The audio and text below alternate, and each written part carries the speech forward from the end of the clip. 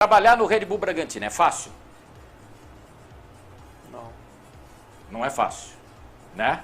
Assim, a responsabilidade do time e trabalhar... o que é diferente trabalhar hoje no Red Bull Bragantino dos times que você trabalhou na carreira até agora? Eu acho que a principal diferença é que é um ambiente mais saudável, no sentido de que não tem interferência política, de conselheiro, de diretor, disso, daquilo. Agora, os desafios são os mesmos, né? De montar a equipe, de preparar, de estudar o adversário e tudo mais. É um clube extremamente organizado, é um clube que oferece boas condições de trabalho. Mas, e aí eu vou voltar na primeira pergunta, só, por que não é fácil, né? Estava até falando com o Silvio no início ali, eu tenho quase 12, 15 jogadores que poderiam ter jogado a última Copa São Paulo. Eu estou botando eles para jogar contra a elite do futebol brasileiro. Faço eles competir contra o Flamengo, que é o maior orçamento, Atlético Mineiro, Palmeiras. Isso é um desafio enorme, isso envolve muito trabalho, envolve muita dedicação de todos, por isso que não é fácil. Mas ok, chegou, não é fácil, isso, aquilo. Gostar ou não gostar de treinador e de profissional, isso faz parte. Isso faz parte. Eu não gosto de fulano, não gosto de ciclano e tal. O que me irrita muito é quando vem perseguições. E eu sempre critiquei, e Maurício Barbieri não vai escapar das nossas críticas, se precisar ser criticado no momento de um jogo, uma substituição mal feita, um dia que não deu certo, isso, aquilo, faz parte. Já tivemos até algumas divergências. Uma vez, né, pergunta não respondida, isso, aquilo, poderia ser de outra forma, faz parte, tá? Estou falando tudo isso por quê, Maurício? Quem mandou você passar pelo Flamengo, né? A turma olha o Maurício Barbieri, você tinha quantos anos quando você estava no Flamengo, no time principal, 35? Não, 2018, 37, 38. 37 e 38, tá? 37 e 38, tá?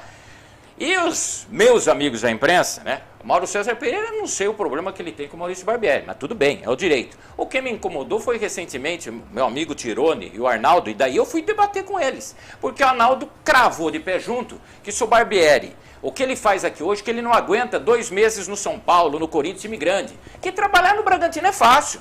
Que não tem pressão, que não tem torcida, que ninguém cobra, entendeu? Né? E daí eu virei para o seu Tirone e para o seu Arnaldo, falei, Arnaldo, veja o que o Barbieri está fazendo. Só que daí o que eu argumentava eles pensam, Barbieri, que aqui no Red Bull Bragantino, você não pode ser mandado embora.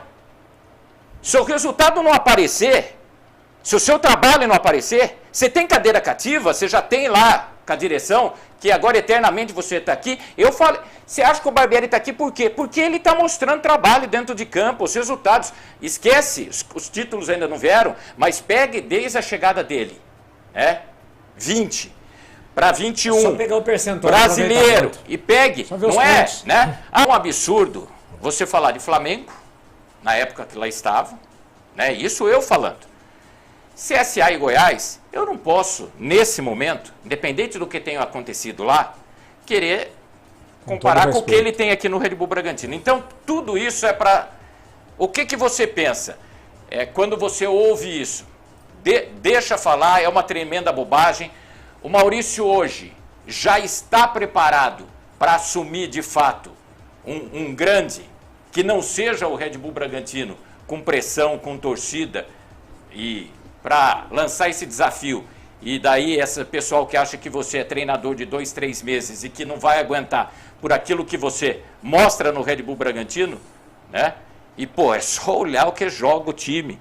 Você acabou de falar de Léo Ortiz, onde sai, transição, jogo posicional, isso aqui, os jogadores e tal. Então, como que é isso? É até difícil eu responder, porque eu acho que essa opinião é tão esdrúxula, é tão sem sentido. E aí o que eu posso falar é assim, eu posso debater argumento, posso debater fato, opinião eu não posso debater, porque cada um tem a sua, a Constituição prevê, cada um tem direito a ter a sua. Agora tem muitos que realmente se esforçam, né? Em relação ao Flamengo, o Flamengo que eu dirigi não tem nada a ver com o Flamengo de hoje. Primeiro, o orçamento era outro. Segundo, as pessoas não falam. Quando o Jorge Jesus chegou, o Flamengo já tinha investido bastante dinheiro na chegada do Abel, investiu mais ainda.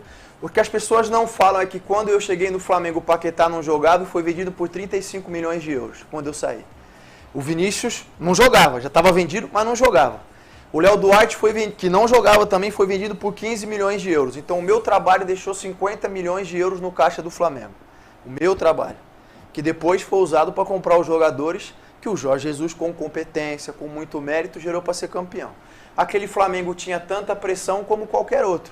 Fazia 12 anos que não passava da primeira fase da Libertadores e passou, embora a gente tenha caído para o Cruzeiro. Nós chegamos na semifinal da Copa do Brasil, perdemos para o Corinthians. Ninguém fala que na véspera do primeiro jogo, a seleção brasileira convocou o Paquetá para jogar nos Estados Unidos contra El Salvador. Com todo respeito, que tipo de teste é jogar contra El Salvador? O clube teve que fretar um avião para trazer ele e o Cuejá, que também estava com a seleção. Agora, isso teve influência direta da gente não ter conseguido fazer um resultado em casa e uma série de outras coisas. Eu tinha feito até o momento o melhor primeiro turno da história dos pontos corridos do Flamengo. Isso é um fato, não é uma opinião. E ele está se esquecendo disso, e tinha pressão. Então eu não entendo, você vê como uma coisa não se justifica. Sim. Quando eu saí do Goiás, o aproveitamento era de mais de 70%. Eu saí porque perdi a final, foi uma decisão da direção. Claro que eu tenho responsabilidade sobre a perda da final, mas mais de 70%, com o elenco renovado. E aí o Michael, que foi vendido, as pessoas não falam isso. O Michael começou e virou titular absoluto e virou referência do Goiás com o meu trabalho. Se tiverem dúvida, liga para o Michael e pergunta.